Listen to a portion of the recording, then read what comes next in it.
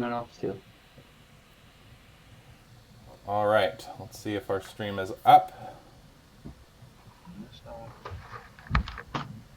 I should tweet that we're live, right? Yeah, probably good to everyone tweet we're live. Yeah, if you do that, I'll just retweet it.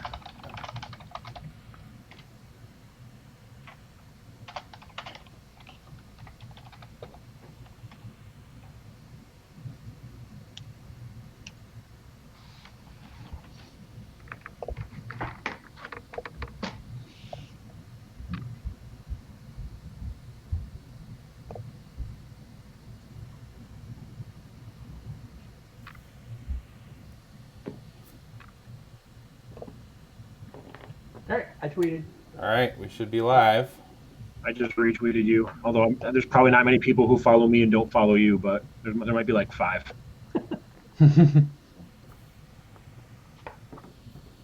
Hello and welcome. All right, see people commenting on the stream. You guys see it okay? Any issues with audio, let us know. I mean, I shouldn't watch the stream. I guess we can watch the stream, right? There's no hands. There's no info. Just can't listen to it. Wouldn't want any. I'm not putting it on it because it's going to slow mine down. So. Yeah, all right. I won't put it on either. You can, obviously. Whatever. I'm just saying. I know it'll slow me down. All right, we are live and streaming. Can't slow down those turn 1 kills. All right, so thanks everybody who's joining us. We are here for the Nightmare 99 finals featuring Randy Buehler and Bryan Manolakos.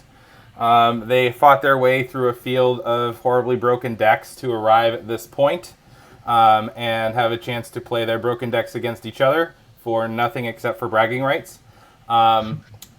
This is a format many people maybe haven't played or experienced before. It's a new format. This is the first event we've ever played. Might be the last. I was gonna say many people haven't experienced. Yeah, maybe a dozen people have experienced by now. Nightmare 99 is basically the bizarro world of Magic where Richard Garfield is an evil tyrant who never admits mistakes. That's kind of the premise of the format, and so it's set up to run from Alpha through Alliances. There are no... Alpha through Urza's Saga. Wrong thing there. Alliances is an important format, but set. But anyways, it's Alpha through Urza block. There is no banned and restricted list, so you can play 4 of any card you want. It's also played for fake ante, and so fake ante means that the ante cards are live. So like Contract for Below is a card you probably should be running in this format, and the cards you win via ante over the course of the tournament can be added back to your deck. And so that's how you can get things like Mano has 6 Jets, Randy has 5 Force of Wills and 5 Contracts. Cards won via ante can be added to your deck. So here with me on the stream, aside from Randy and Mano, is Will McGran.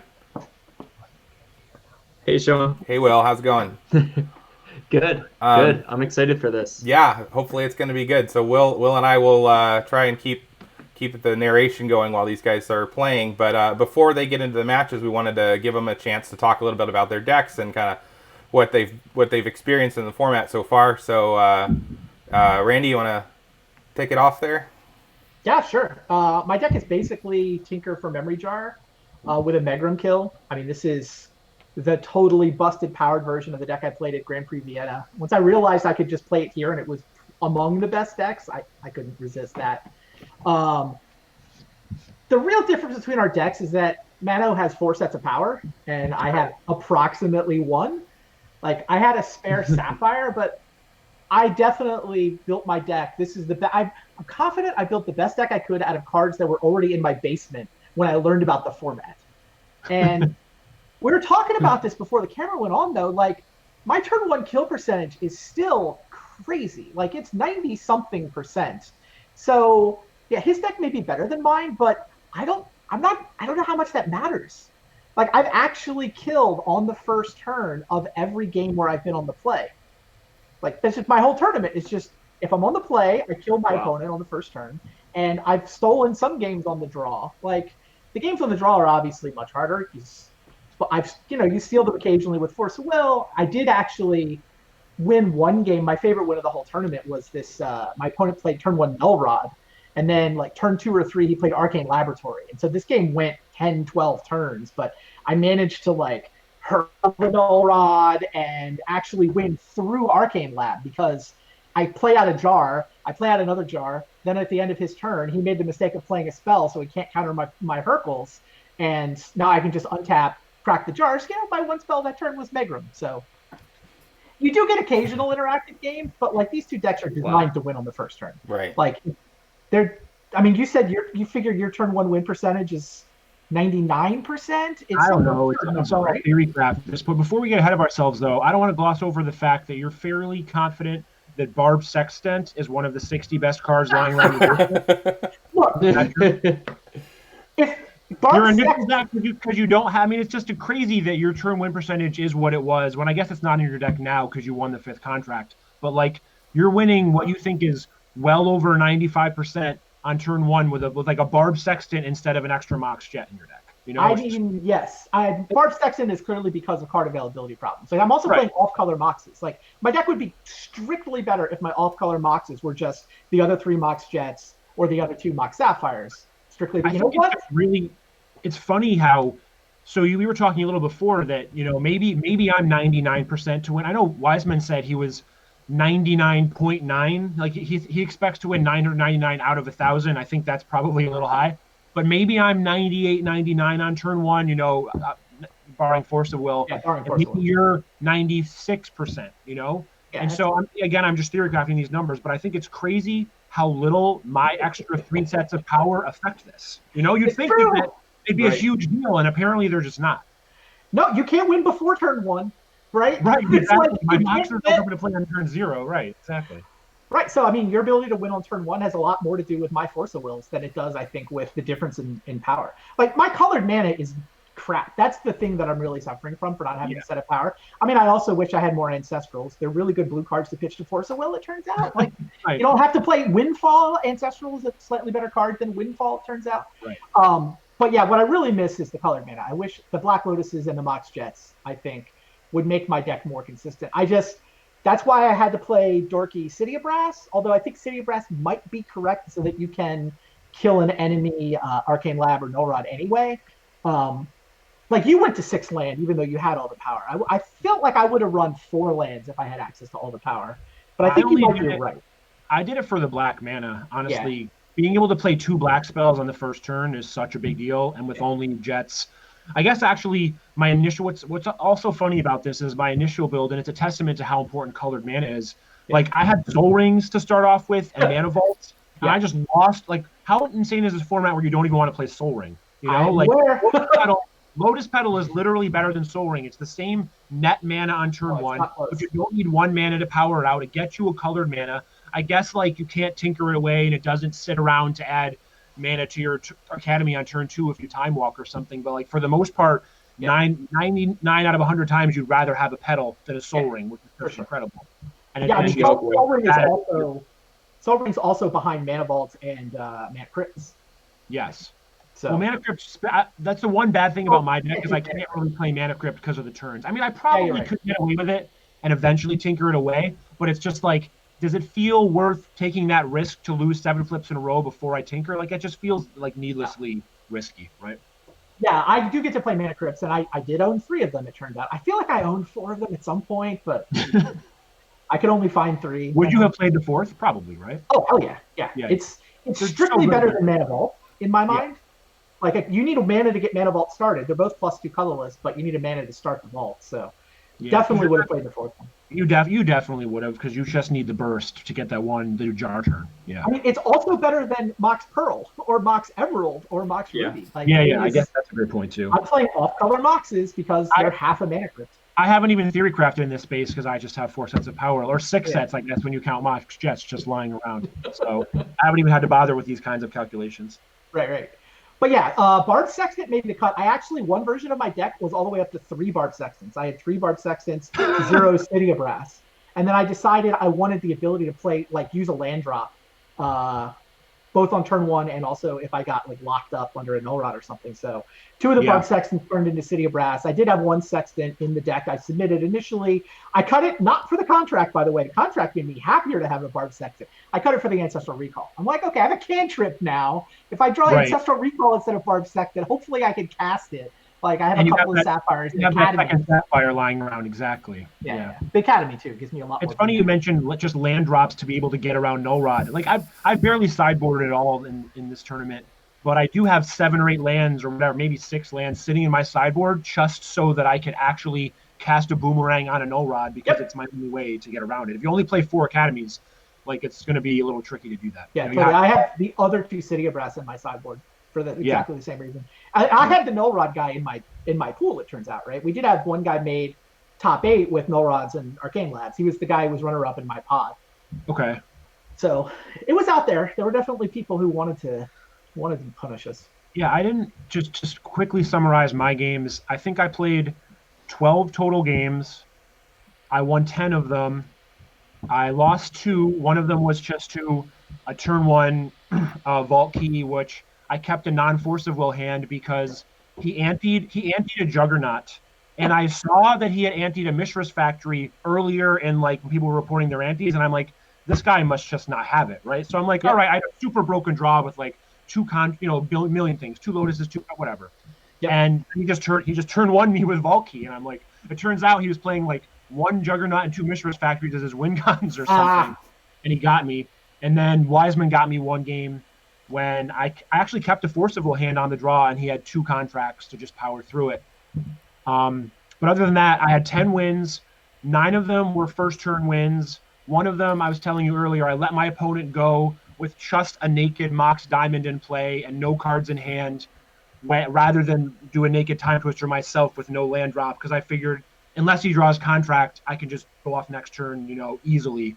And it's worth the whatever 1 in or 4 in 52 chance or whatever. Felt worth it. Yeah, maybe that's actually just wrong, but I don't know. It's the other thing, like mulliganing busted things on the draw is also like when do you not mulligan before? I don't know. I mean, it helps when you know the opponent's deck looks like we do now. I don't know if I said this stat after the stream started, but the crazy stat about my deck, I have won every game where I've been on the play. Like just through Force of Will, through whatever, I've won on turn 1. Sorry, I buried the lead. I've won on turn 1 in every game where I've been on the play. That's just absurd how this format works. I think I have too. And I guess to summarize again, I think it's just very funny how you're able to do that with 7 less on-color Moxes and 3 less Lotuses in your deck. It just seems crazy. It seems like your turn 1 percentage should be a lot worse than it is. I guess you're probably just maybe my turn 1 percentage with your deck is a little lower. You have so much experience, and I'm sure you're a better Magic player than me, so you're eking out every little percentage point. I've definitely played a lot with these cards. I enjoy the fact that I'm playing with actual pieces of cardboard that I flew across the Atlantic Ocean to play with 20 years ago. Right. Yeah, these are the academies I played at PT Rome. I was top 16 in that Pro Tour. These are the jars I played at GP Vienna where I was top 4. I remember I did a Dojo dive recently where I read yours and Eric Lauer's reports from that PT, and I remember, I remember a lot of your words from that tournament, and I remember you finished top 16 because that's where you put into something like you made the note that, I know everyone looks at the top 8s, but I like to look at CU's making top 16s as he was playing good Magic, and it was you, and you mentioned Andre Constancer, who's also making a lot of top 16s back in the day. But yeah, we had the best Academy deck at Rome. I'm still convinced of that. Oh, by a mile, yeah. I mean, it's basically that was when Lauer invented the Vampiric Tutor sideboard. So. And I thought the rest of our tech was good, but I gotta draw against Darwin. That's the one that kills me.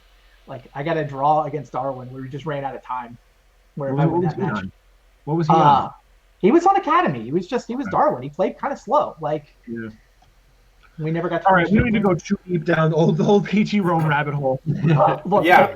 I'll keep going. There was, I'll keep going. There was some smack talk about playing first here, so I think we need to get to a die roll. Oh God. The most and find out what's going to match. happen. All right. Yeah, So- this is it right here. So I'm gonna mute Randy and Mano on the stream just so you guys know, and then me and Will be taking it from here. All right. So I'll mute them as well. what do you, Randy? All right.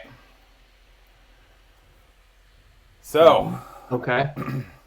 let's see. So I think they're deciding how to do the roll here, but it's going to be pretty critical to see. They're going to play best of 5, by the way, everyone on the stream. So that not best of 99. Not best of 99. That was the nightmare never ends. You guys muted us? We can't. We need to be able to talk to each other. Oh, right. I guess it doesn't mute. Let's see. Yeah. Mano hasn't figured this out yet.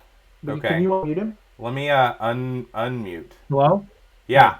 There so you I think are. when Okay. I mute you in the browser thing, it mutes you on the for talking to each other as well. That is not what we want. That is not what we want. I also feel like we don't want to hear your commentary, right? Right. Yeah. Okay. I think actually what we can do is me and Will don't need to be in the oh, I need Will to be in the stream. Let's see here. What's the best way to do this? Welcome to my first time streaming, everyone. I think what we can do is have me and Will jump off into a side room and just watch the play on the stream. And then we can mute. You guys will be able to talk to each other. We won't have to listen to your chatter. You won't have to listen to our chatter. Yeah, maybe I just mute myself in here, Sean. Then I don't think I'll be able to hear. I don't think I'll be able to hear you if you're muted. But you guys should be in some other thing. Like we can be in another room with I'm going to put us in a different room here. Okay. All right. I'll do a quick pile shuffle. And then, Randy, you can hear me, right? Yeah, I hear you. Okay. Pile shuffle. Now we're shuffling like it's the 90s, right? Yeah. How do you want to do this? Do you have a 20 You roll side? your giant D20. I'll call out even. You want to call out even? Okay. The giant D20, so my D20s are hard to read on camera. Okay. Man's die. All right, Will, I'm going to send a link to you. I can still hear you in the room, Will, for what it's worth. I know. I'm still in the room. Well, you gotta hang out long enough to see who's on the play. I gotta at least be able to talk about this. So I'll do it right now. All right, you call odds or evens, Randy. Yep, I will call odds. Odds, ready? Yep. Number 1, you got it. I'll take it. I think I would like to play. You sure you want to play? I am. All right, so you're now something like a 60% favorite. So now the pressure's all on you. So I feel right, better. and we agreed to play 3 out of 5. Yeah. All right, I will ante up. Oh yeah, let's ante. The windfall. Hold on, I got to get your thing bigger. Why is yours not? Click on my face. There it is. I did. It just wasn't doing it. Okay, I'm gonna ante a time vault. Are we good to go? Are we good to start? I think, Will, I have sent you a link. I don't know where. I sent you a link to a whereby room. He sent me some link. He's probably messaging you a link somewhere, but I think you're not supposed to be in here because we're not supposed to be able to hear you. As well. Is he? He's muted. Yeah. Oh yeah, he is. Yeah.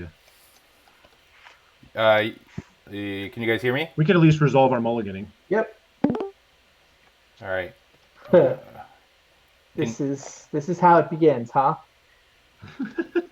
2 off-color moxes and 2 contracts. Seriously, deck? Well, you had 6 Mox Jets. I know, right? I have 3 sources of 0 mana and no black mana with my 2 contracts. So I'm obviously mulligan. God, that is a card availability mulligan. Sorry. I told myself my goal was just to get deep enough into the tournament where I would lose to somebody who had 4 sets of power. That was my goal. I'm also going to mulligan if that makes you feel better. So I'm gonna do a quick pile in between games just because I feel naked if I don't. And I think we have time to burn anyway here, so.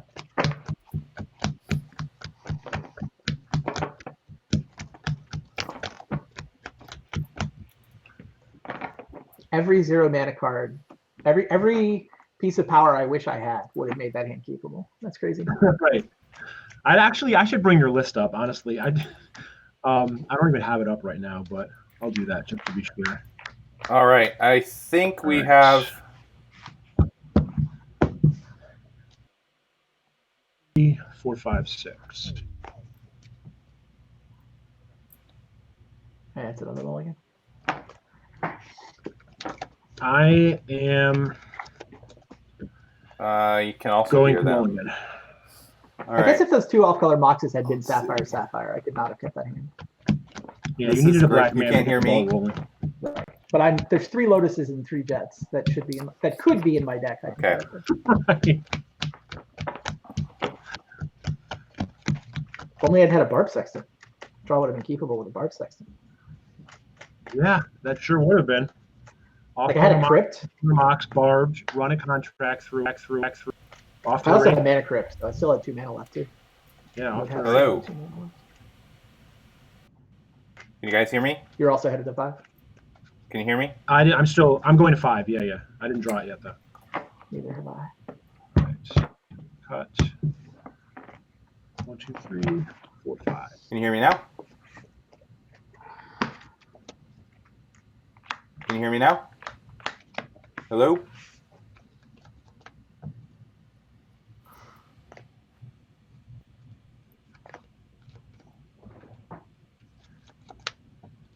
Hello?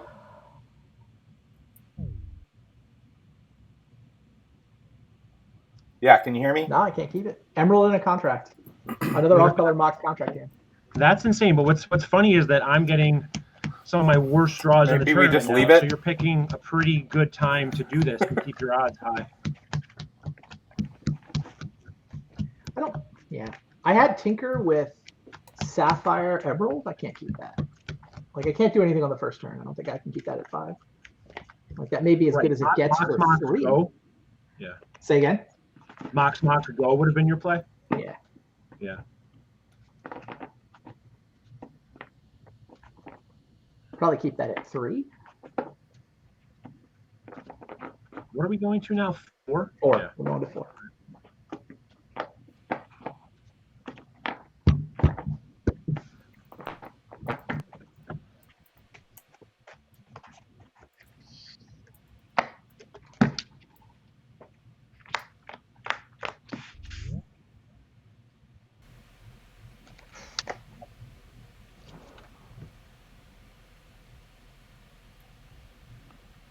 Sure. Hello? Can you hear me well? Hey, Sean. Hey. I can hear you. All right. And I'm in the Jitsai and I'm muted. Okay. But I can hear them, but I can also hear you. Again. All right. Let's see here. Can I turn off the audio from Jitsai altogether? What if I do this? Does this mute everyone else thing? Is that gonna actually mute everyone? I think it might mute them. Do you know? From talking to each other. Cut. Draw 3.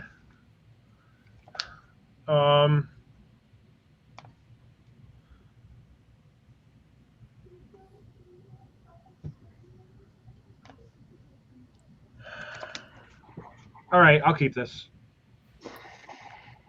City of Brass, Mana Crypt. You ready for this? Yep. Windfall. So what? We both discard our hands and draw 3. Yep. We just discard our hands, right? Yep. Okay. I discarded Force of Will, Key, and Tutor. I discarded a jar.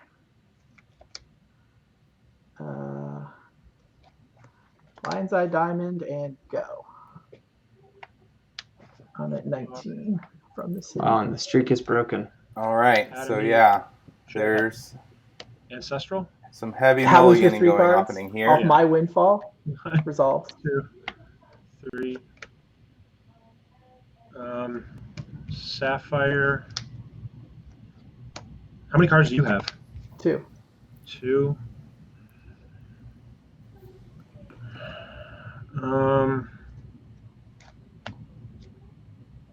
Ancestral.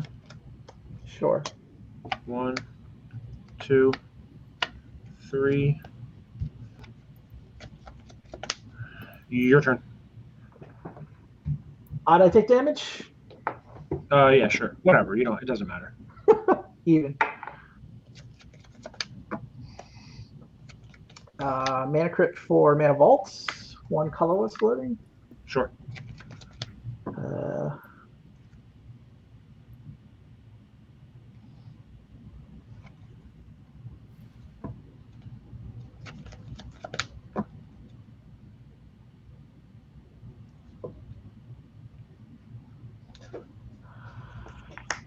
I cast Contract from below. Are you That resolves. as well? After you decline to interrupt it, I will sacrifice lines I dined. That definitely works, right? That is 5th edition rules. Welcome to 5e. Okay. 3 black. Anti Time Vault or Mana Vault. Okay.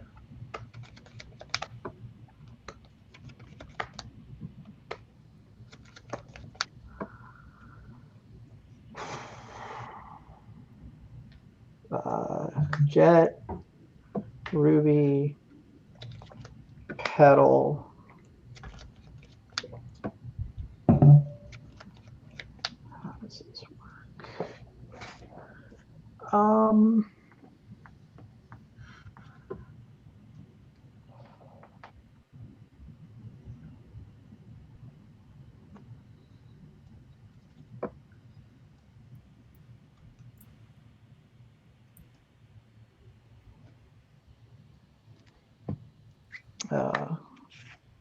Black and 2, up to 2 colorless floating. For Megrim. Sure.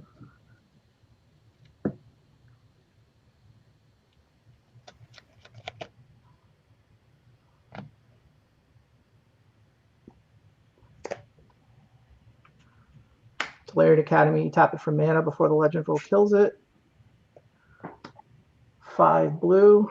We're just all about the 5e tricks, huh? Right, 1, 2, 3, 4, 5. Black and 2 Yawgmoth's Will. That resolves. Lion's Eye, this is 5, 6, 7. 2 jars can kill you. You have 2 in the graveyard? Yep. That'll do it. You got it.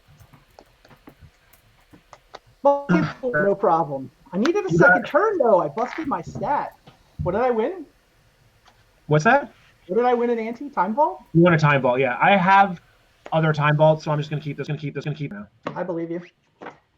All right. Time Vault's 1. So I played the Grand Prix. Oh, I forgot I actually won a sideboard. The Grand Prix that Pakula got second with Dead Guy in 05. I played a Time Vault Flame Fusillade deck that I built. I built 2 copies of it for me and Jamie. So I bought 8 Time Vaults in like 2000. Will, can you hear me? Smart. I've had 2 of those lying around for a while.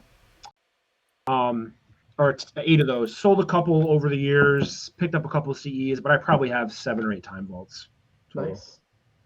All right, 1, 2.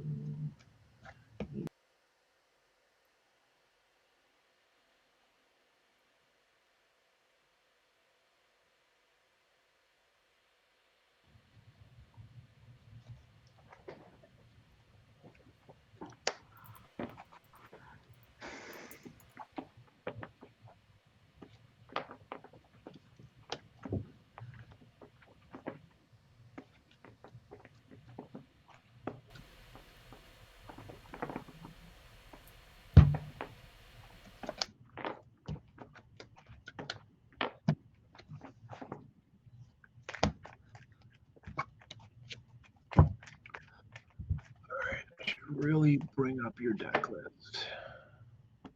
So it's telling me I'm muted, but you still hear me, right? Yeah, I hear you. Weird.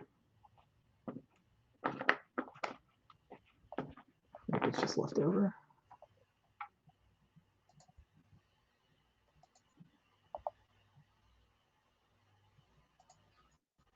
All right.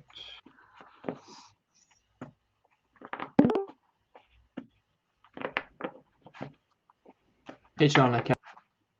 All right. Here's Yep. Looks like the over on turns is going to win. I'm unmuted on the. Yeah. Well, if we keep mulliganing like that. On whereby. No, we're already there. I set it at 3.5 total turns for a best of 3 game. We just took 3 turns already. Oh, I didn't realize that's the line you already set. Yeah, that was a lot of turns. Right. I thought. I mean, my 3 were.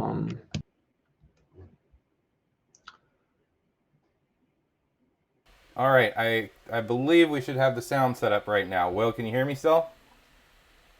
Yep, I can hear you. All right, great. Should I still be able to hear Mano and Randy? No, I believe I've shut them off on the stream now. So let us know in the chat if you're not hearing the sound. I guess if you're not hearing me talking in the chat, you're not hearing me talking. But if anything seems weird in the sound, just let us know in the chat. Anyways, yeah, so that's game 1 in the books for Randy there. He had to take that one down pretty far in his hand. Got lucky there. Yeah, that was a kind of a crazy mulligan there for him to be able to come back from that. Yeah, I think and Mano went down to what? He went down to like 3. 3 cards, yeah. So yeah, I saw a comment in the chat, but yeah, it's Paris mulligan. So per 1999 rules, we were using Paris mulligan in this, which makes it really you have a hard decision when you're trying to mull after that force of will. Yeah, you absolutely do. I mean, it's one of those things where you need to get force of will, or at least you really want to get force of will, but at the same time, you can't. You really can't. Oh, and they shouldn't have sideboarded, but they did. Oh yeah, they did sideboard. Well, that's fine. Neither of them caught it. But yeah. Yeah, they'll figure it out, I'm sure. They'll figure it out. But yeah, sideboarding is a tricky challenge too. I mean, they know each other's decks obviously, but with these kind of broken decks, pulling pieces out of them reduces your chances of going off. So. Yeah, no, I mean, Mano losing time vaults is kind of a scary thing. Yep. And it looks like Randy's got. Yeah, it's a tinker. Randy's got a tinker. Mano's got the Lotus tinker. Petal's Yeah, that's a big loss. Tinker's a problem for him. That is a big loss. Yeah.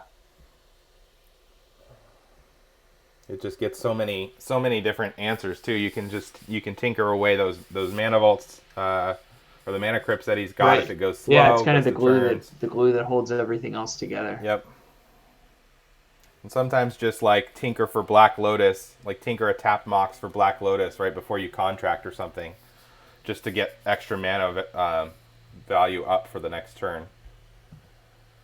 Randy. Hey, what you guys are doing is fine. Yeah, Randy's you guys are adults. You're competent. You can get it to work. But yeah, I think Randy's at kind of a big. It's really tough for him just from the standpoint that his way of winning is by casting a bunch of draw 7s, which can give Mano force of wills. Right. So he's gonna.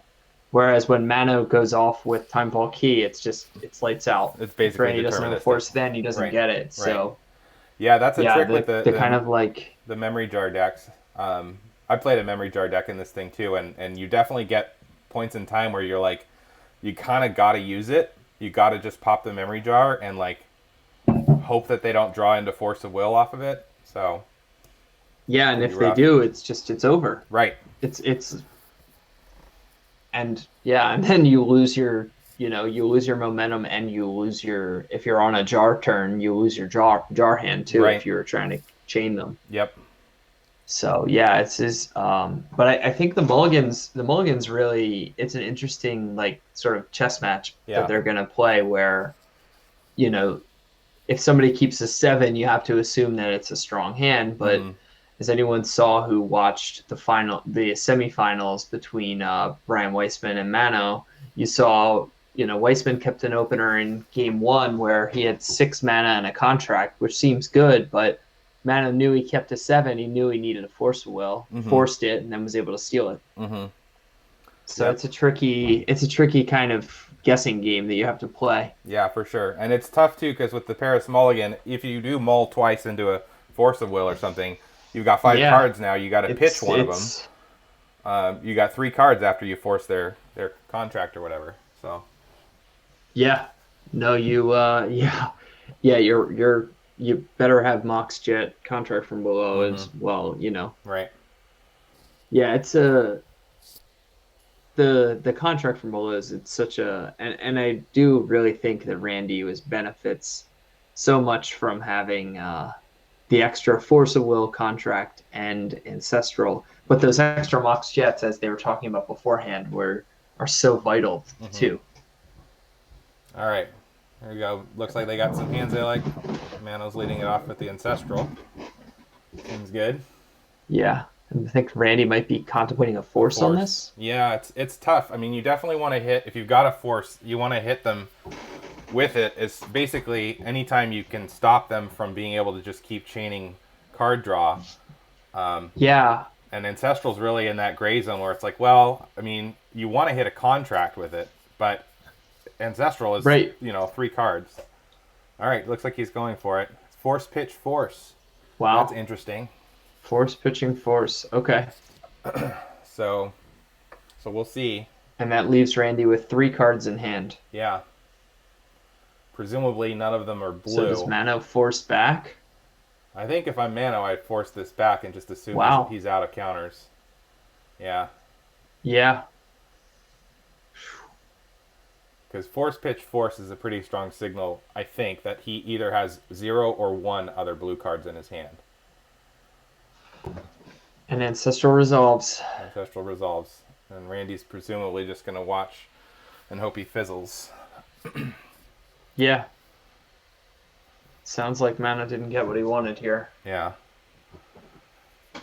Yeah, I mean, it's tricky with, getting the right mana colors. There's a Jet.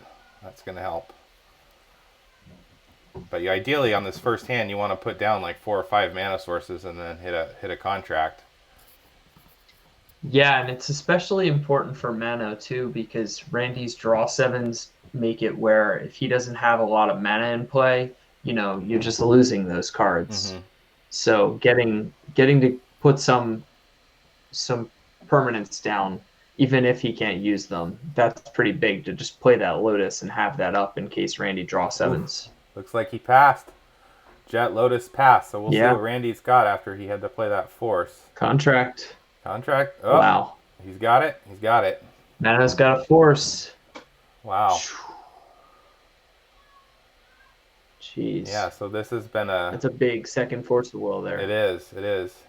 Bunch of back and forth here, but I think you got to do it, right? Like you can't just let someone draw 7 cards. You can't let them just get a personal draw 7, yeah. Right.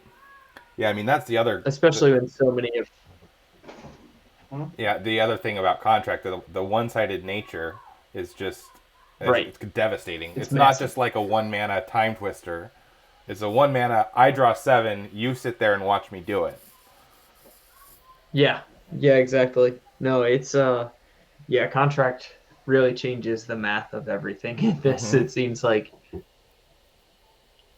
What is he gonna pitch? Tinker? Yeah. Time Walk. Okay. Really wonder what's in his hand. Time Walk seems like probably the easiest card to pitch is Time Walk, just because. Yeah, it doesn't. I talked to Mano actually about building his deck in the preparation for this. And, I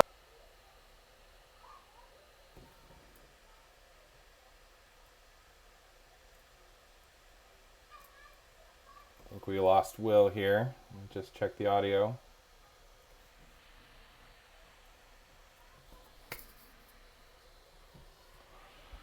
All right. Well, I think Will's connection dropped, but he'll be back in a minute here. Am I back, Sean? Yeah, you're back. Okay. Yeah. I think that Mano's living on a prayer here. Yeah. So he brain geysered himself. Geysers. And then he said he's ancestraling now off the brain geyser. He had to play a Underground Sea here, so he can't do any shenanigans with Academy this turn.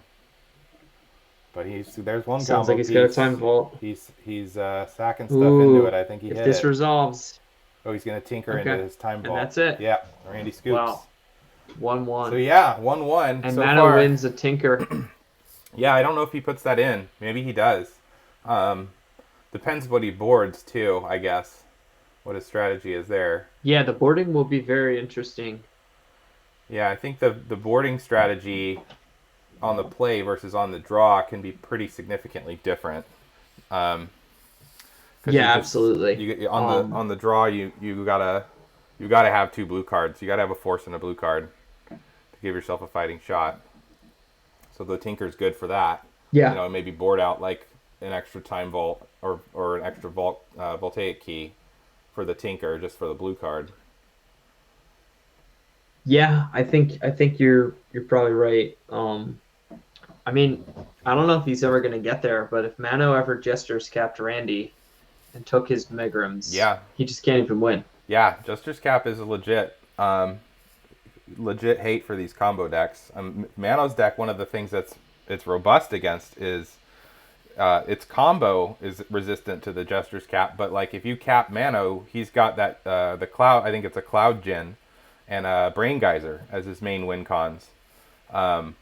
Right. And if you take those out, I wonder if the game can get into a state where it actually would go on forever. So like let's say he's got Vault Key up and he's got infinite turns and he's got, I don't know does he have Time Twisters in his deck still? I don't remember from the deck list, but you had 2 Time Twisters and Vault Key and no win cons. You could just take infinite turns and never lose, but never win. Yeah, I remember watching a vintage tournament in like maybe 2008 or 2009, and this guy who nobody really liked him. He his opponent was going off with Time Vault Key, and he went down to like no cards left in his deck, and then Time Twister just to eat time in the top 8, just wasting as much time as possible. And like I think he ended up getting disqualified for it. But yeah, there could certainly be a spot here where, like, if you ante away your win conditions, or you get Jester's Capped, you just couldn't win. Right. I guess Randy could try to deck Mano with draw 7s. Yeah. I guess that's one possibility, though that like, seems very hard to do. You windfall people, I guess. He can't use a Time Twister, obviously, but like, windfalling and memory jarring and stuff like that. And then Yogg-Willing it back. Yeah, you could do it. Yeah, it could be done. It'd be tricky. I think if you cap Randy, Randy's got 2 Megrams, you might just take like the 2 Megrams and the Yogg-Will with a cap. Yeah. Yeah, agreed. But yeah, all right, Sapphire. Oof, that's a hot one. Yeah, it really is. Yeah, it would be one thing if because like he was mentioning, he's got the off-color Moxen in his deck and stuff, and so he actually needs those. The ones that are on color for him, he needs a lot. Yeah, they're vital. Yep, they really are. We'll see if he keeps his 7. He should be on the play here. Wow, Randy kept his 7 on the play. That's all right. So Mano now must be looking for Force of Will, seemingly. Yeah, I think you probably go at least to 5 looking for Force of Will. Yeah, if you're Randy, do you keep a hand that's like, has got a turn one pressure, but then can also just follow it up? Like that seems like, if you can go like turn 1 draw 7, and then follow it up with a turn 2 draw 7, assuming the first one's going to get forced, you have to kind of hope that Mano's not just going to contract you, I guess. But oof. I think that's something you can do if Mano goes to like 5 cards. Yeah, and Mano just keep a hand that's like not. He's just anteed the anteing a force is huge so here. He's only got 3 in the deck now. Randy on the play here is probably the favorite for the match, and that would be Randy's 6th Force of Will. Which, if he wins this, that would just be a massive swing. Strongly kept 7 Keeps there. the 7. All right, so we're in for something here. We'll see if we get a contract. Oh, there's a Mano Vault, interestingly, using his black for that. And an Academy. Wow. Cracks the Lotus, and there's the contract. Let's see what Mano's got. Let's see. You gotta assume he's got a force if he kept 7, right? He's thinking here. He was so strong on his keep, he had to have. Yeah. There's the force. And I think Randy doesn't have enough cards to have a force of his own there. Force pitch. Yeah, Randy. Unless he's going to just hard cast the Force of Will, which he could do. He has the mana. Wow, Time Twister. Like, Time Twister. Okay. So that's so Randy is far ahead here by having Academy. Yep. And Mox in play, like. Yeah, the Academy is just it's a massive source of mana, obviously, and getting the first one in play because of the Legend rule and in the 5th edition rules where there's only allowed to be one of a named legendary permanent on the battlefield at a time. If you play it first, it's kind of like, it's almost like a city in a bottle type of effect, where your opponent can play it if you already have one on the table, but they can play it and tap it before it goes to the graveyard as almost like a Tolarian. But it's basically ritual. A Lotus Petal land at that point, right? And it's one shot and it's sorcery speed. So being able to have an untapped Academy with 4 or 5 artifacts on the battlefield, most of them are probably mana artifacts, means you can just start hard casting those Force of Wills too. Mm-hmm. Yeah, so. And Randy playing getting to play his Mana Vault, Mox Jet, and Academy before playing the Time Twister, it really kind of shows the power of the how you can sort of take advantage of these draw 7s by getting your board presence down. Now Randy basically has 10 cards at his disposal, whereas Mana has 7. Yep.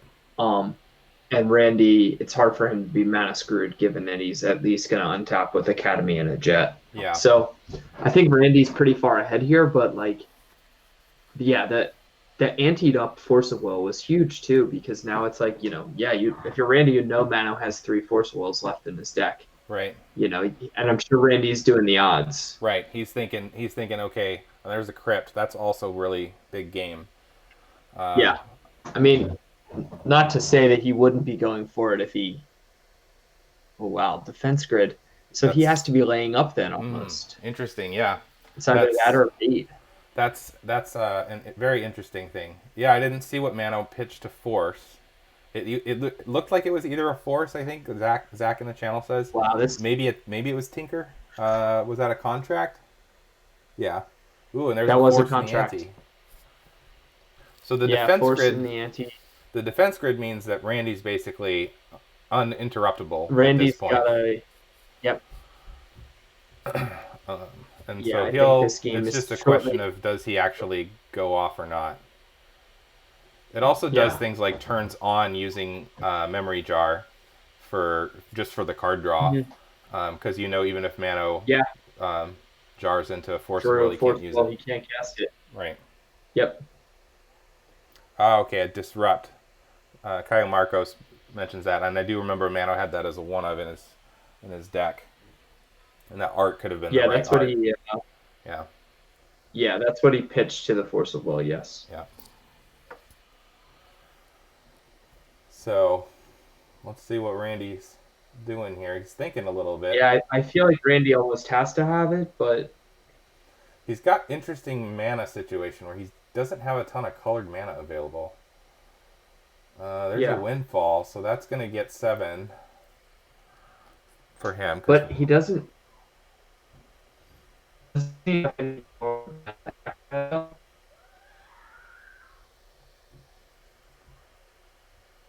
see here. I think we may have lost Will again on the stream. I don't think Randy's got any mana floating right now. He's just got that mana vault. Yeah, you're back. All right. Yeah, I think so. I'm trying to see it. I don't think there's any. There's a Lion's Eye Diamond, 2 of them. Wow, he just passed it. Double Lion's Eye Diamond, go. So that if he untaps with that Academy, he's gonna have 97 mana available next turn. But yeah, and here's the thing too. Randy having the Mana Vault means he could have Force of Will to pay through his own defense grid. That's true. Yeah, he can't use the the Lion's Eyes to cast a Force of Will. He can't use the Lion's Eyes to cast the Force. Yeah, right. Exactly. But he can play Force, pitch something, tap Mana Vault, and pay for something. But Randy's kind of man, I hope this is a sick bait. Yeah. Yeah, this is interesting. Because he's got now Mano has, all the colors he needs here to try and force something through. I think Mano might be missing the Mana Vault though for Randy that would let him cast the Force, but that could be. It feels like Randy doesn't have it, but it's not something you see every day. There's a Time Vault. Maybe he just straight has the natural combo in his hand.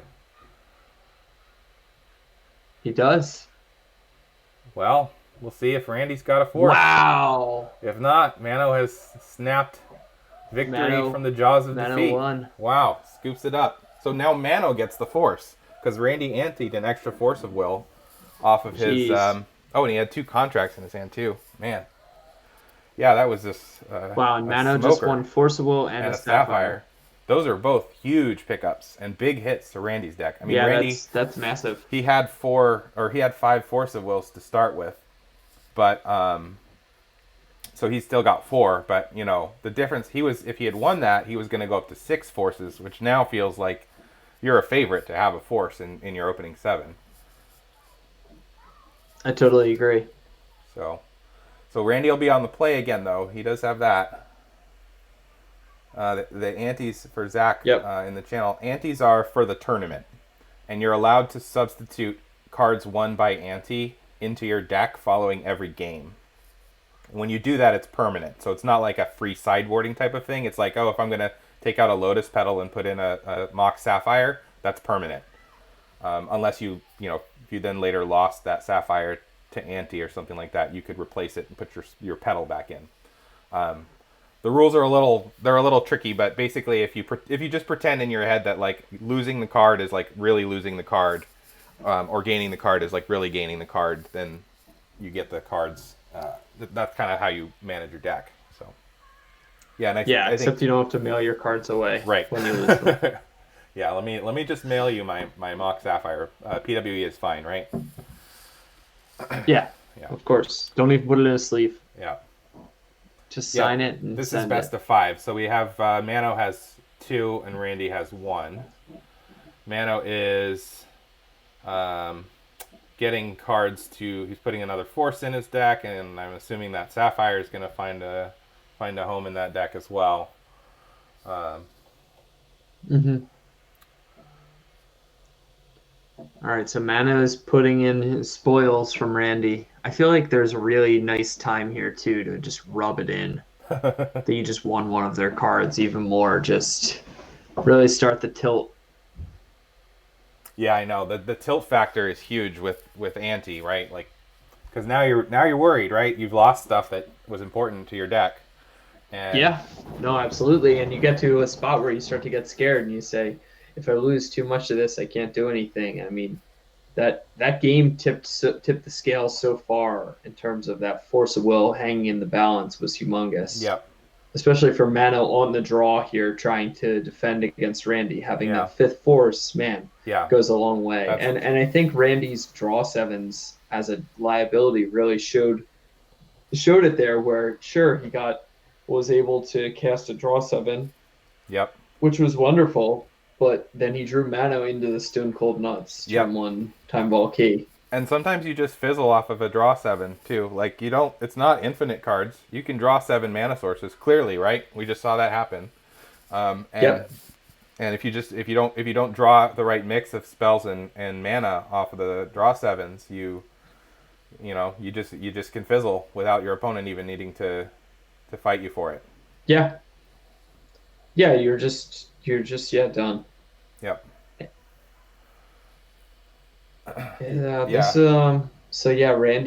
Randy now to have to win this one and then win the next one to be the champion. Mano is now up 2-1. It's a lot of pressure on him. Yep, for sure. And it's Old School Miser points out Mano could side out his win cons. Randy's likely to just fold once the vault key comes down. Yeah, yeah. no, I mean, I'm actually a fan. Yeah, classic move. Yep, I'm a fan in this format of like make them play to kill me. Like we're doing stupid things with horribly broken cards. Like finish me off. Like execute the fatality. I want to see how you do it. Right. I feel like Mano. I feel like if you're Randy or if you're Mano here, you're sitting here wondering like maybe for this second win he could have done that. He could have boarded out his win cons. But now you've got to think that if there's ever a spot for Randy to make you have it, it's with the tournament in the balance. Right. So maybe you have to board back in. I don't know. It's a weird.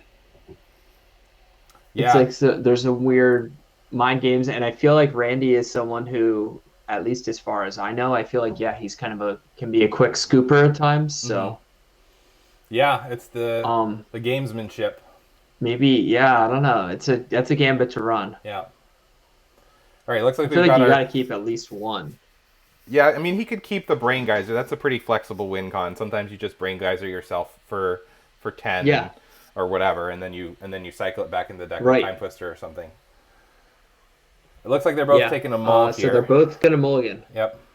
And we got the antes down. It looks like it's a Sapphire for Mano, and Randy's got a Windfall. Windfall, if people don't know, a lot of you maybe are old school players. Windfall is from Urza block, I think Urza Saga. It's a 2 colorless and a blue sorcery. Both players discard their hands and then draw a number of cards equal to the greatest number of cards discarded in that way. So it was intended to be like a fixed Time Twister Wheel of Fortune type of card, but obviously it's still pretty broken. I think is it restricted in Vintage? I think it is, right? It is. Yeah, it is restricted in Vintage. And it would be a card. It's a card that the biggest attribute for it, I think, is that it's blue. Yeah. Yeah, it's a great card to right. pitch Like to if force Wheel of Fortune is in Randy's sideboard and Windfall's in his main solely because Windfall's a blue card. Yep. Yeah, this is the old Stormcrow argument, right? Stormcrow is good enough because it pitches to force. So. Yep. All right. Then we got six cards for both of them here with the Paris Mulligan. And we'll see the actions to Randy first. Yep. He keeps it. Which is another interesting angle on the kind of the mental game here. Being on the draw, you get to at least find out if your opponent's happy with their 6 or 7 or whatever.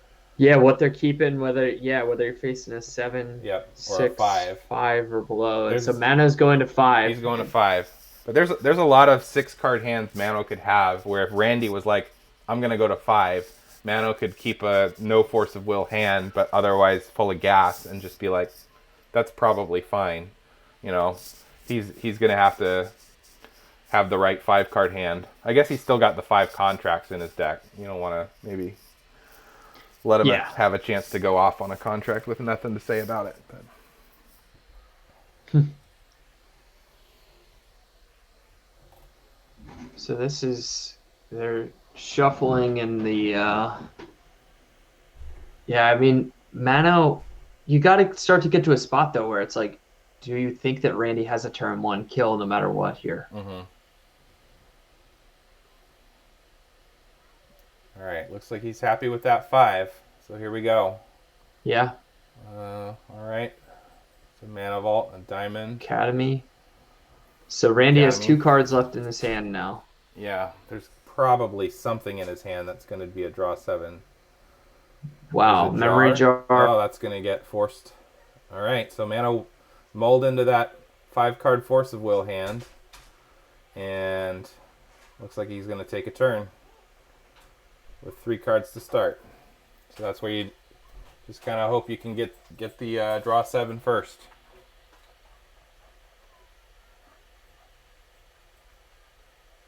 All right, pass it back with nothing played. Interesting. Could be a double Force of Will hand or something like that.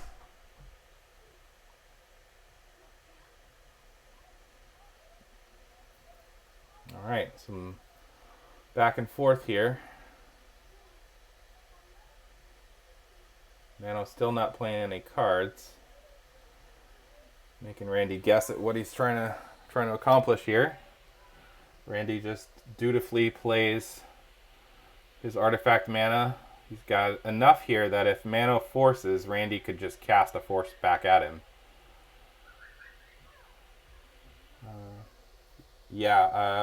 Free smells. Mano has 5. He won one in the last game as ante.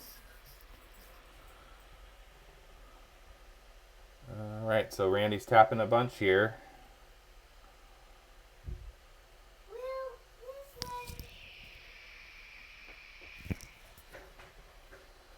Randy's thinking about what he wants to do, it looks like.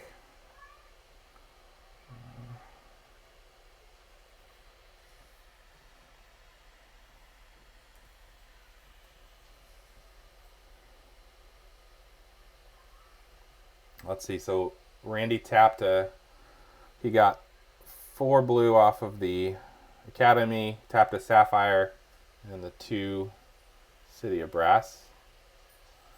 So he's got 7 mana. Make it 8. And he's going to Brain Geyser himself. Makes sense. See if Mano does anything about that. Probably doesn't want Randy to draw 6 cards here. And then he's going to sack the Lion's Eye Diamond in response with the Brain Geyser still in the stack. So he gets to get his mana from the diamond before he draws the cards. Mano doesn't force the Brain Geyser there, which he could have responded to the Lion's Eye Diamond by forcing that. So he probably doesn't have the force of will here.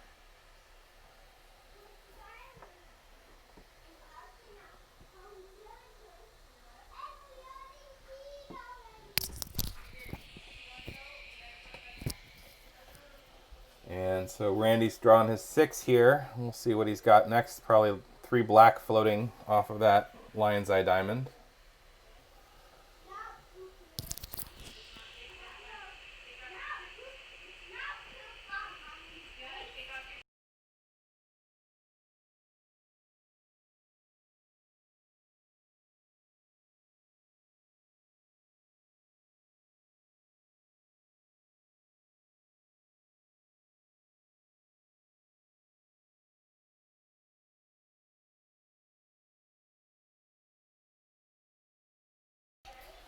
And Randy's playing that Mana Vault into a defense grid here. Playing his other Academy as well, doing the Academy ritual thing where he, as soon as he plays it, because he already controls one, and there's already one on the battlefield, I guess, it's going to sacrifice, he has to sacrifice it, but he can tap it for mana first. And there's a contract, so he's got 4 blue floating off of the Academy. There's the contract. He's anteing a Pearl. Drawing 7. So this is starting to look like he might be close to putting it out of reach. Mano likely doesn't have that force of will. It feels like Randy is just almost too far ahead here. Yep. Having cast that contract. Yep. I'm really curious what Mano has. It must be contract from below, but no black source, no artifact. That would make sense if he's sitting on that. Yeah, I mean, I don't know. The more you think about it, the more that the mulligan rule for this is just so, like Paris mulligan is just so unforgiving. Yeah, when it does really it doesn't go well for you. Yeah, I mean, I think, the London Mulligan has its issues with combo decks and stuff like that. Maybe in other formats besides Old School, but in a sort of outside of those, just like looking for a game of Magic where you can play spells. It's yeah. There's one of the proxies that looks like it's the Ancestral. So that was an Ancestral Recall. Yeah. Another card he picked up. Into another ancestral. That's not bad. Ancestral. This big ritual academy is really doing the Lord's work here. Yeah. I think he's looking at right now for probably something. There's a mana crypt. He probably wants like a Yawgmoth's Will. Like he's looking in his graveyard. I bet that's yeah. Yawgmoth's Will would be insane here. Yep. Just flashback LED those and a pedal. Ancestrals. He's got a pedal in there, a couple contracts, Lion's Eye Diamond. There's a memory Randy jar with in the there. defense grid means Meadows. He can cast draw 7s with impunity too, because Right. Mano has no mana. Yeah, if he just wants to play like so this, play memory jars and just crack them for the draw 7 effect, and it queues up the damage, like it queues up the discard effect for Mano once he finds the Megrim. Right, and he'll find a Megrim after he does it a couple times. Yeah. Yeah, so Randy has 6 total mana, so he has 2 blue, 1 black, and 3 colorless available. Yeah, this is actually a situation. So he's got where, a Yogg Will, but he's a time walk would actually be a handy card right now. Would be amazing. He could untap. Yeah, it would net so much mana. Yep, and then he could Yogg Will next turn, and he could play the other Academy from his graveyard for the the get even ritual. More mana back. Yeah. Yep. Yeah, that would be it. You're absolutely right. Time walk into Yogg Will would be amazing here. He's got to be close, though. I wonder what Randy's got. I mean, I think he has a Yogg Will. It's just, I think he do it. I mean, it feels like it is, just from a sense that the contract, I think, the double contract makes it too good not to do, I think. Right. There's almost no way you don't get there if you double contract. Yeah, it feels like you just Yogg Will, then you've got 3 black mana at least. You crack the LED and contract, and it can't go that wrong, right? Right, because you have the other contract sitting in your graveyard. It's not like a 2 contract hand is kind of like meh, because like one of them you have to discard. Yeah. But when they're sitting in your graveyard, you just get to cast them, and that's great. Yeah. So yeah, he is Tinker. He of course tinkers. I think he maybe should have tinkered away the Sapphire, honestly. Yeah, I mean, if he does have the Yogg Will, Sapphire seems. Oh, that's interesting. Yeah, he's got it. He was just kind of trying to optimize, I guess, for.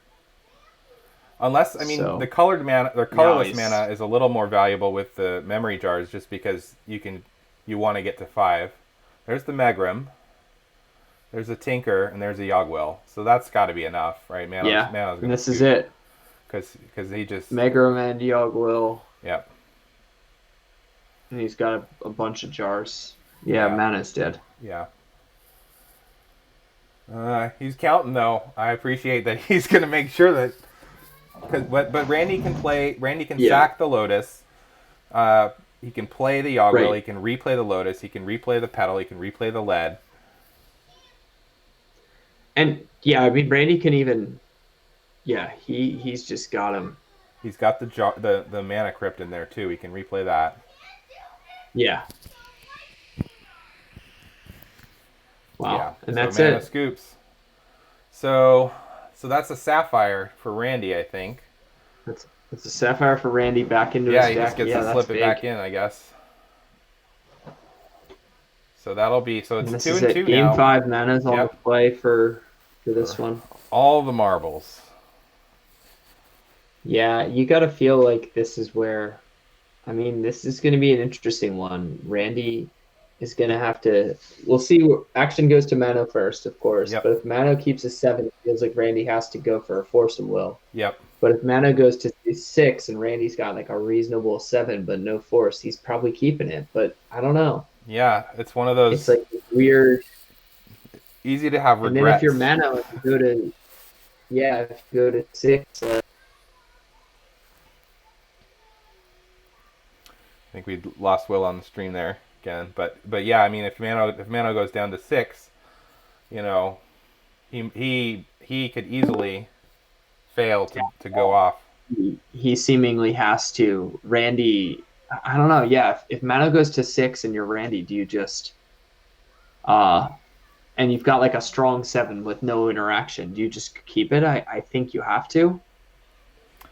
Yeah. And then does Mano force then to try to go to a hand with Force maybe to, I don't know. You almost flip. There's like some weird flip the games. Decision matrix. Yeah, where you're exactly. on the play, but you're playing defense.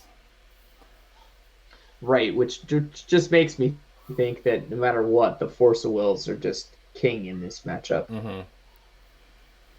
It's just Mano's so got vital to 5 too, have. right? Like if he flips that bit in his head and Right. decides he's playing for the counterpunch, he's got a decent chance of, it's probably I don't know, I haven't done the math, but I Yeah. think if you got 5 of them, if you got 4 of them, it's like 39% to have one in your opening 7. If you got 5 of them, it's probably Yes. something around 50%, 48%, something like that. Yeah. No, you're absolutely right. Yeah, I mean it's the forces, and if that game where Mano had one up for ante and Mano won Randy's, if Randy had won that, then he would have gone to 6 forces to Mm-hmm. Mano's 3. So geez, he would have had Mano covered in that department. It feels like, he probably wins the match running away at that Yeah, I point. think Well, maybe so. not running away, I but think if he doesn't fizzle he's on definitely probably that favored then. contract, yep. If he doesn't fizzle on that contract where he just drew a bunch of mana and instead he picks up that 6th force, like, I don't want to say I don't see how he could lose, but he'd have a really big edge. It's Yeah. just depriving Mano of the 4th force for when Randy's on the play just changes the math. All of the calculations. Oh, yeah, the dynamic is completely different. If you're Mano and you have 3 forces, I don't know how much you can really mulligan the force. Right. Kind of just have to hope to have it almost. Right. Or maybe that like Randy will draw 7 you into one. You almost don't want to mull too hard because if Randy casts Windfall, you get to see 7 brand new cards from your deck. And if Yeah. that No, your forces are now denser in the 53 cards that you're or 52 because right. you anteed something. All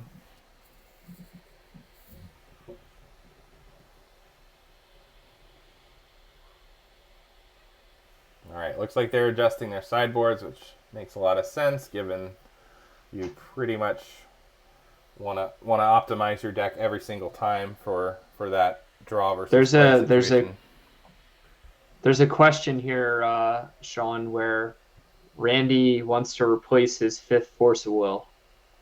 And the question is if he is able to.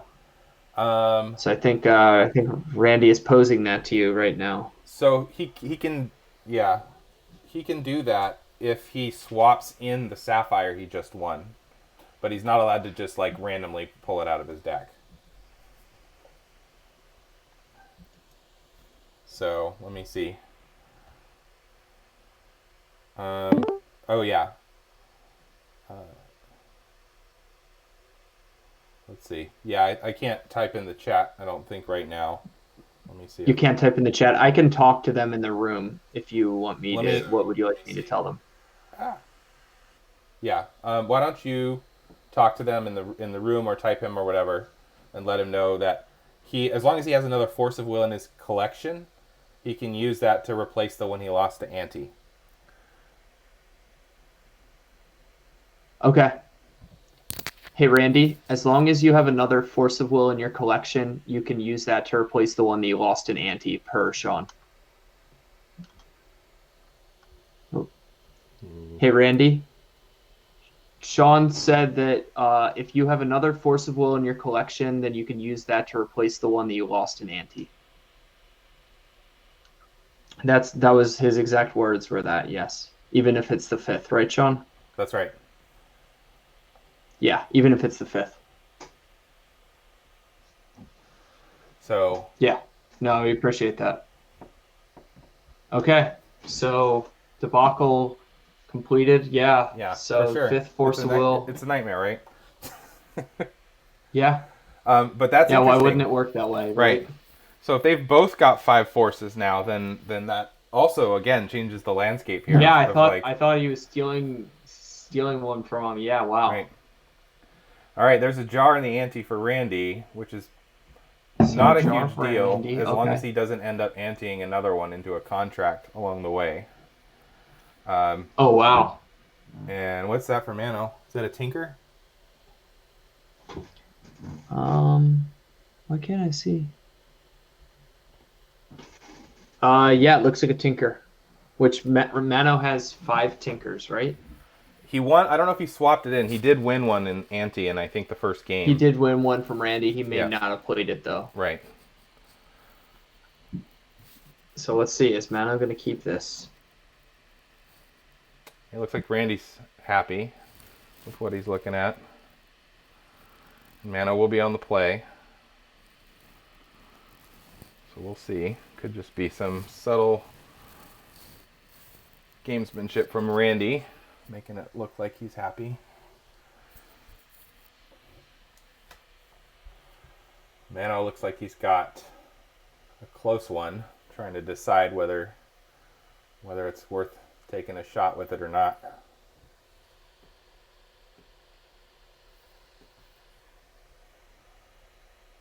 And I think Will dropped again for a sec. We'll see if he's back.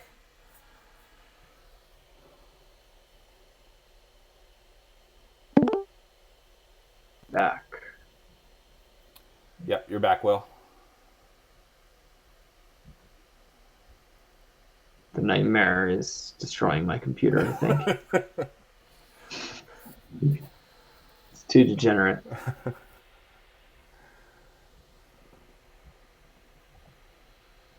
All right, so I think we're still waiting for Mano to decide here.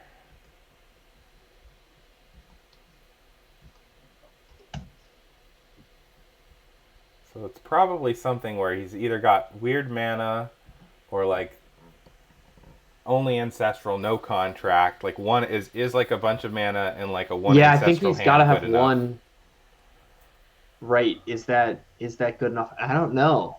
If it's ancestral, I don't think I would keep it. If it's just ancestral, yeah.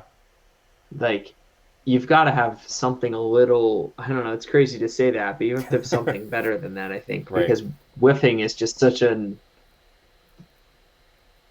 I mean, you don't know what Randy's got, but man. Yeah. Yeah, I mean it's. I don't know. Yeah, you've got to at least have a turn 2 if you've just got an ancestral. Right. You've got to have like 2 ancestrals and a sapphire. I think 2 ancestrals and like 1 blue source is probably good enough. Yeah. Or like maybe you have something like you have an ancestral or you have a sapphire and like an academy and no other artifacts. So it's like and 2 ancestrals. Mm-hmm. Do you want to burn your academy? Your turn 1 academy on just casting an ancestral. Right. Yeah, it's a good question. Let's see what Mano. Yeah, it's really in the tank here. Yeah. He's mulliganing it. Wow. He is. He's shipping it. All right. Yeah. He's really interested in what he just drew 3 cards. Was. He just drew 3 cards and then started shuffling. So I'm sure he was looking at an ancestral only hand, trying to decide if it was good enough. Right. So we'll see. Maybe we'll. Yeah, I think that's the right decision on his part. And his deck is just so powerful with 4 lotuses, 4 ancestrals, 6 jets, of course, now 5 sapphires. I mean, his deck is so powerful. I think you just can't risk it on these, unless he had Force of Will. If he had blue card, ancestral, force, blue card, or blue source, ancestral, force, blue card, you've got to keep that. But beyond that, I don't think you can. Yeah. I mean, especially his deck has like 6 card hands that just instantly win, which is different from Randy's deck, right? Like Randy's gonna have to do some draw 7ing to get to a win. Yeah. All right, Mano's happy. So Randy's Jet happy. here for. Yep. Jet pedal. Cracks the pedal. Ancestral for Mano. Ancestral. Now this is a question for Randy. He kept that 7. He's probably got a force in there, and he's got to decide if he's gonna. I don't think I'd force this ancestral. Yeah, he's representing contract with the jet. So Randy lets it go. Mano takes his 3, and you really do want to save that force of will for the jet or for the contract if you can. There's another jet. Here comes. There's a contract. So Randy's got to force this if he's got. There it is. Force, pitch, windfall. And Mano's got another one, it looks like. Oh, it's a voltaic key. All right. So that's going to be the end of his turn there. We'll see what Randy can do with that. Force of will doing its thing. There's some quick mana for Randy. He's got a pedal and a mana vault. There's a Black Lotus, and an Academy. Now he's going to be out of cards after that, I believe. Oh, I guess he drew a card for his turn. So we'll see what it was here that he got. He's getting some colorless mana, 3 of them. Probably trying to decide if he wants to activate the Academy before he sacks the Lotus. Tough call. Goes for the Lotus crack. Probably gets black here, I think. He's spending 2 black. So that might be a tutor. Nope, he plays the Memory Jar. All right. So he's going to probably use that now, is my guess. Well, mana's... Okay, so he's going to get 3 mana off of the Lion's Eye Diamond with the Memory Jar on the stack. He's up to 4 black mana, floating, and should have a colorless floating. No, he used all of the colorless on the Memory Jar. So he's got 4 black now. Yeah, 4 black. And so the Memory Jar, since we're seeing it for the first time, what you do is you set aside your hand, and then you draw 7 cards. And at the end of your turn, you discard the 7 cards you drew, and then you pick up the hand you set aside. And so it works with the Megrim because every time your opponent discards a card, Megrim does 2 damage to them. So Memory Jar queues up this 14 damage discard for your opponent, assuming they can't play any spells. All right, so he's given Manos 7 cards here. He's gone ahead and gotten 3 blue off of that Academy, and he'll Ancestral himself here. And now we'll see Mano picks his cards up, maybe trying to represent Force of Will. And so Mano, I think, is really incentivized here, if he got a Force, of course, to play it just from the standpoint that he's going to lose these cards at end of turn. So you're kind of use it or lose it. It's going to your graveyard regardless. You might as well pitch something to a Force if you have one. Yep. Which makes me think that Mano doesn't, because he might have countered that Ancestral. I think that's probably correct analysis there. All right, there's okay. Meditate. The Meditate. So that's a draw 4, 2 colorless, 2 blue sorcery, and I think you skip your next turn. But when you only plan on never taking 1 turn, who cares? Yeah, it's an easy. The cost isn't much of a cost. Right. There's and Randy has a lot of extra colorless in his deck, so. All right, so at this point we've got to assume Mano did not jar into a Force of Will, because all of these card draw spells, I mean, unless he's really next leveling this and he's just waiting for the there's an Ancestral for Randy. He's waiting to try and like spike the Megrim or something like that. But in the meantime, Randy's he's piling up a bunch of stuff. Yeah, I in my experience playing Vintage, you can't often let somebody go off and just hope to snipe their win conditions, hit the Megrim. I mean, maybe you can, but unless he's cast Yogg-Will already that turn, it's a tough one to pull off. You got to try to stop the engine before it can really get started. Right. Because Randy's he's seen half his deck at this point. Here comes. Let's see what's coming here. This could be a Yogg-Will. Tinker. A Tinker. So Randy is tinkering probably for another Memory Jar. Yep. Now the trick for him though is he hopefully does not have to use the Memory Jar until he gets the Megrim on the table. Because then once the Megrim's on the table, it's fine. Sure, crack the Memory Jar. There's nothing that Mano can do at that point. You can't force. If he draws a Force, it doesn't matter. Randy will just pass the turn and let Mano discard his 2 7-card hands and die. Right.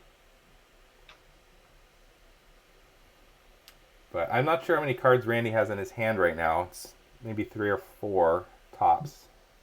Yeah, I don't think too many. So the jar is getting cracked. Use the jar. Yeah, so that's interesting. All right, Mano's got another shot here to jar into a Force of Will. Looks like Randy discarded. He sacrificed those Lion's Eye Diamonds to get some more mana. 3 black and 3 blue, it looks like. Mano gets 7 to see if he can get a Force of Will, do something relevant with it. Randy, of course, has the defense. Yeah, so now If he sticks a defense grid, that's huge. Yeah, it's basically over at that point. So, yeah, we gotta. If you're on Team Mana, you got to be hoping for no defense grid, mana to draw, force. Yeah. And Randy's got 9 mana available. Now 11. Jeez. I almost wonder if you tinker for. There's the Megrim. Okay, so Mano's got to have it now. So Mano's got to counter this. And even if he does, it's likely that he's getting Yogg-Will. Yeah. Or just hard cast force. I mean, Randy's got enough mana. I think he's got 3 blue and 2 black.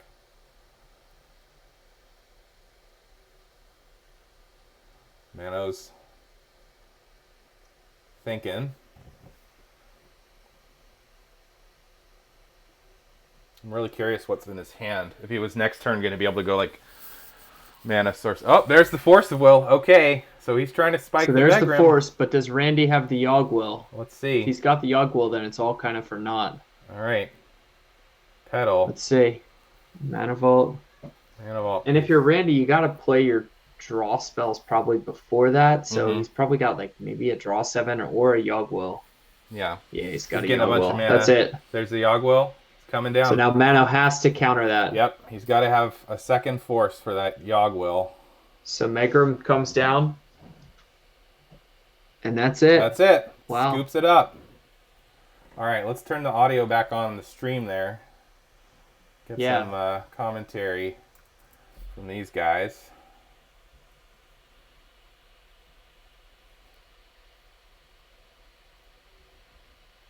All right, you guys there? Randy? Bryan? Mano? Boy, what an audio nightmare. I was able to unmute myself in the room, but I think you may have muted everyone else, Sean. What I did, I muted the browser, the page on my computer that they were in. So, you muted the browser. Yeah, okay. I need to unmute that. I never did that. I'm going to just see if I can fix that by rejoining the room. Allow. Yeah, you can do that. Counter Ancestral? There. Hey, if you don't play the Jet, I am more likely to counter the Ancestral. You are? See, I don't know if I just leveled myself. I still think you probably don't counter it, but I might have just leveled myself. I don't know. Yeah. Hey guys. Match. Yes. Yeah. That was something else. That was awesome. Thank you for putting this together. This was super fun. Yeah, that was an amazing match, guys. I think that was just really back and forth. It was kind of everything we hoped. You know, in a turn 1 format, that finals took an hour and a half almost. Yeah. So it did. We both won on the draw. Yeah, break and serve. You know, it was important. It was really cool. I think my favorite part may have been Randy just really putting those crazy 5th edition rules on display. The Lion's Eye Diamonds are so the clinic, yeah, Lion's Eye Diamond, yeah, that it's a good card.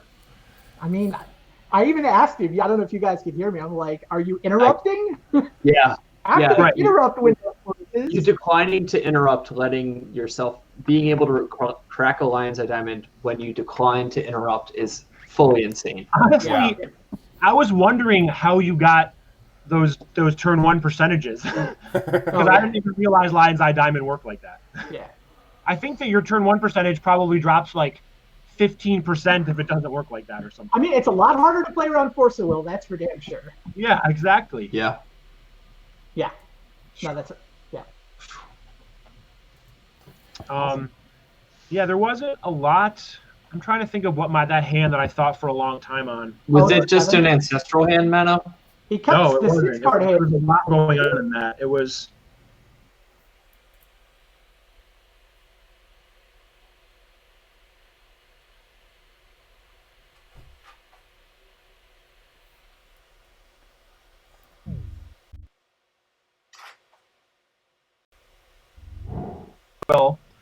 Or I could have cast him out at tutor with 2 mana. Yeah. And then I would have probably got Force of Will, and then I would have had to play Lotus Time Twister with Force of Will backup, with my land drop already in play, and like a Mox. Oh, interesting. And then I forced the Twister. So I could have not gotten Force of Will and just gone for the contract, but like you obviously had a Force of Will. So you don't know that when you had to decide first, so you didn't know I kept 7. But by the time you get around to casting Demonic Tutor, you'll know how many I kept. I could smell it in your voice. That was...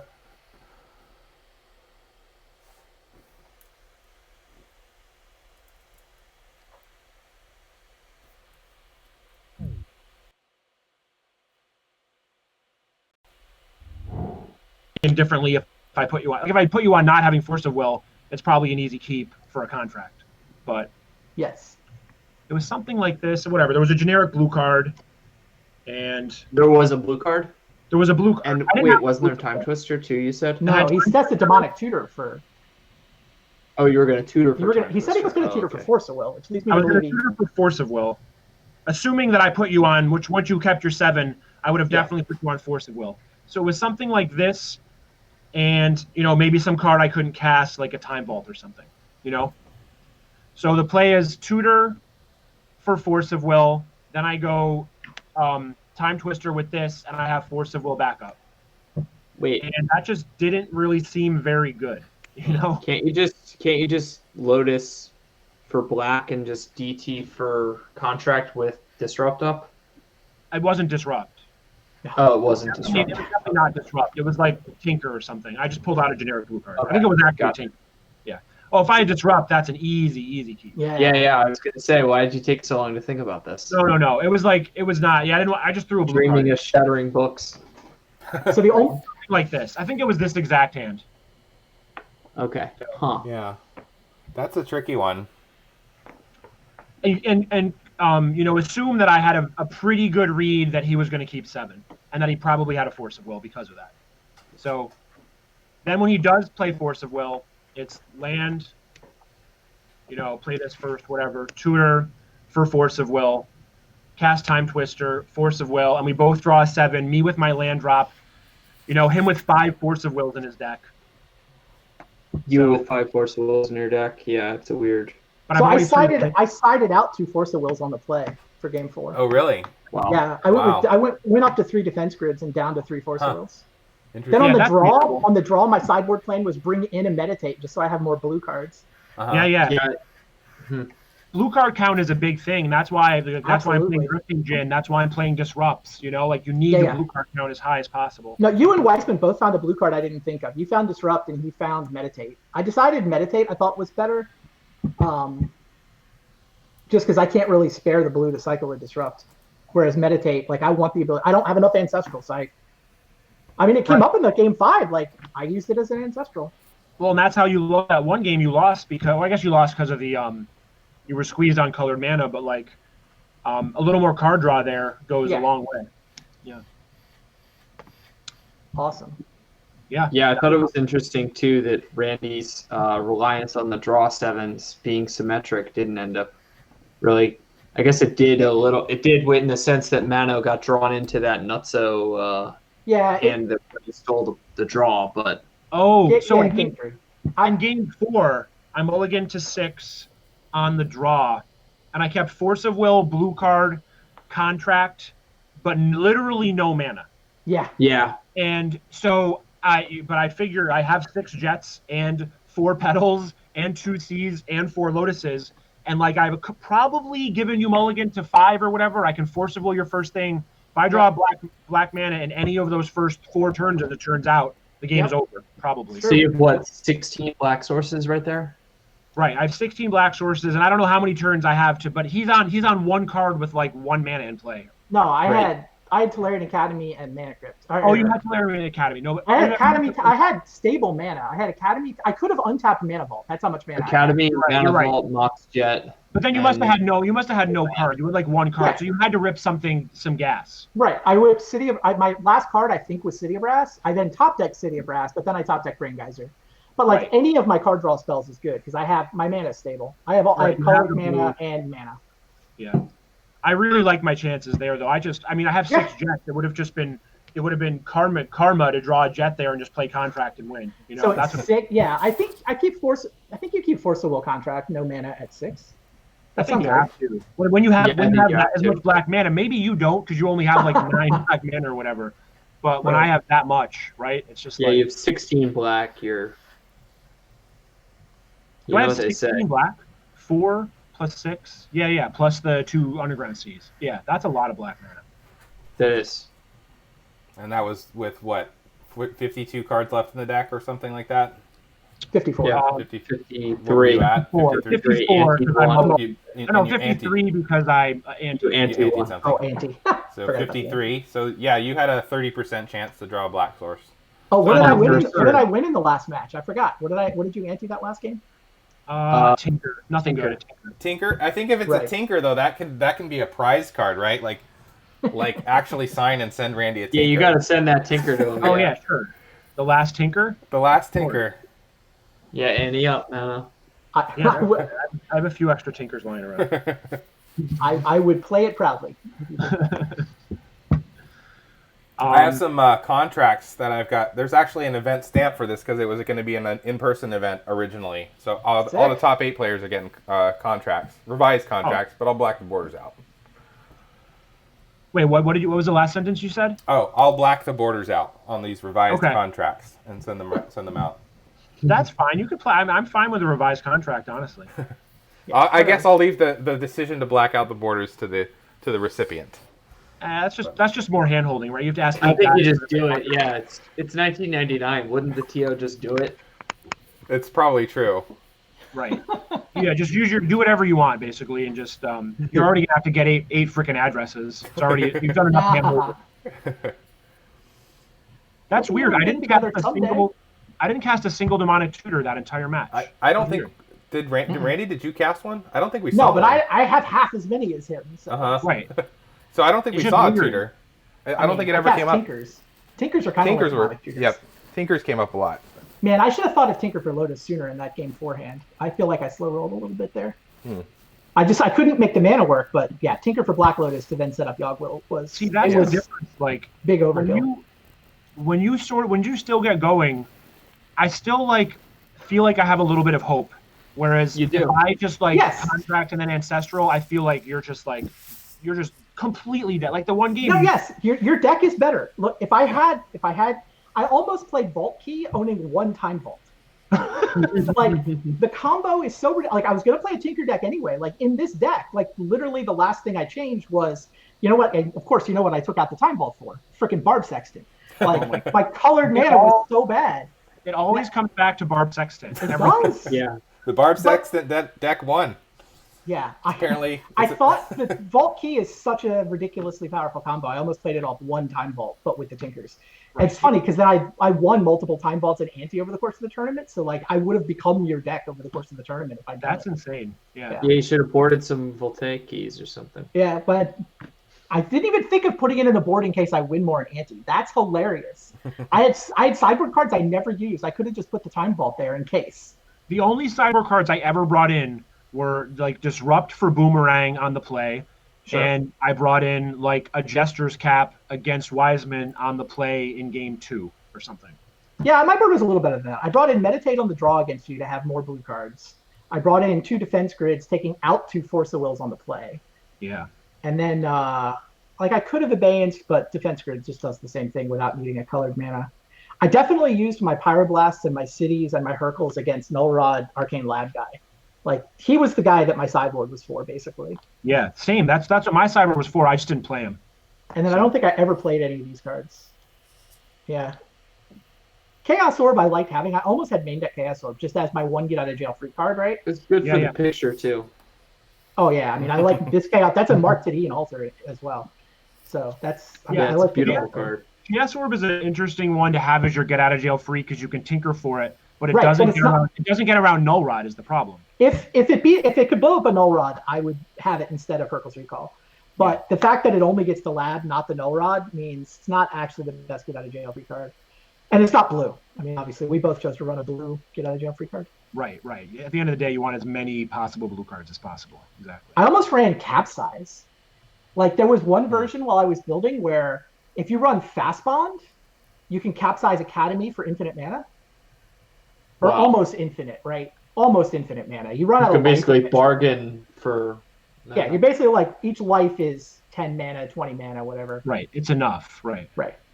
But that decided that wasn't worth having a Fast Bond in my deck. You can do the same trick with Candelabra. But again, didn't feel like it did enough. Right. There's some broken shit going on in this format. Is the point? There really is. Like I was looking back though. I honestly don't think. I'm trying to think of how I would change my deck. Yeah, I could not figure out how to change your deck. I don't. The time walks don't seem great, but they're blue cards, so they're blue, good enough, right? I mean, like, and they sometimes they do something. Yeah, being able to play a land, having a extra land drop is nice. Or untapping an Academy. Right, just untapping it, right? I mean, I would definitely change the Drifting Djinn into a Brain Geyser. Like, the only thing that was for crazy was, somebody's on the 200 card deck and I can't Brain Geyser him out, Does one Yawgmoth's Will make any sense in your deck? Does what? Having one Yawgmoth's Will in case something goes wrong. I mean, that's what the Time Twister was. The Time Twister was kind of a reset. But I mean, Will was kind of high on Yawgmoth's Will. I talked to him a little bit about the tournament, or about this before the tournament. It was at the end of the day, it's not blue, and what am I really going to do with it? Just buy back some Lotuses and get some contracts. But yeah, it seems hard. It seems hard to lose if you cast Yawg Will into a good graveyard. Well, but his deck is either he has Vault Key and the game's over, or he doesn't, and we're playing on. Like, it basically is the whole combo after multiple things wind up in the graveyard somehow. I see your point. I'm not sure how you wind up there. Like, for me, it helped Brain Geyser serve as a victory condition, like as a backup plan victory condition. Yeah, so that's my last question. I didn't figure this out. I probably should have, as to whether or not I should bring in Jester's Cap against you. But if I cap your 2 Megrams and your... I have 4! Stroke, Geyser, Megram. That's what I mean. So you can generate enough mana to Geyser me out, right? Yes, I can. So that's what I figured. I did not do the math. I just didn't want to figure it out. But it looked like you probably could, and so I'm like, I'm not even going to fuck around with this cap. I mean, I have almost as much mana as you do, plus I can Yawgmoth's Will. We were speculating that you would cap for the 2 Megrams and the Yawg Will, and leave the Brain Geyser and Stroke. Well, there's 2 Yawg Wills. Oh, there were 2. Okay. Right. There's 2 Wills, there's 2 draw cards, and there's 2 Megrams. So you really built an anti-Jester's Cap deck. I actually did think about it, yes. I went to 4 on purpose. I believe it. I was blue cards anyway. I still don't know whether Stroke or Brain Geyser is better. Like, my colored mana situation makes me actually feel like Stroke might be... The fact that Stroke is single blue might be relevant sometimes. I think it is. All our games, I think it's better if you cut that Barb Sextant, then you have to play Stroke instead of Brain Geyser. It's true. I mean, in all the games we played, it just felt like you had so much colorless mana. I honestly, I mean, in my deck, it's not even close. Brain Geyser, the 1 mana, could really matter. Yeah. But I really think, I honestly think Stroke's probably better in your deck. And you can see why I ran Barb Sextant with all that colorless, right? Oh, of course. Yeah. It was legit. I may have actually been wrong to cut it. I'm not sure. Scoreboard. Definitely. Yeah. I mean, the finals, though, I lost game 3 to colored mana problems. Yeah. Maybe the Sextant should have been in there over an off-color Mox. I sideboarded out an off-color Mox at the one point where I had lost this thing in ante that I cared about. Oh, when I briefly lost the Sapphire, right? So game 3, I sideboarded out an off-color Mox. Mm-hmm. And then game 4, you lost the Sapphire, so you probably brought the Mox back in. Right? Exactly. Okay. Yeah. And then for game 5, I was able to take out the off-color Mox. Yeah, my only draw plan was take out an off-color Mox, bring in a blue card, meditate.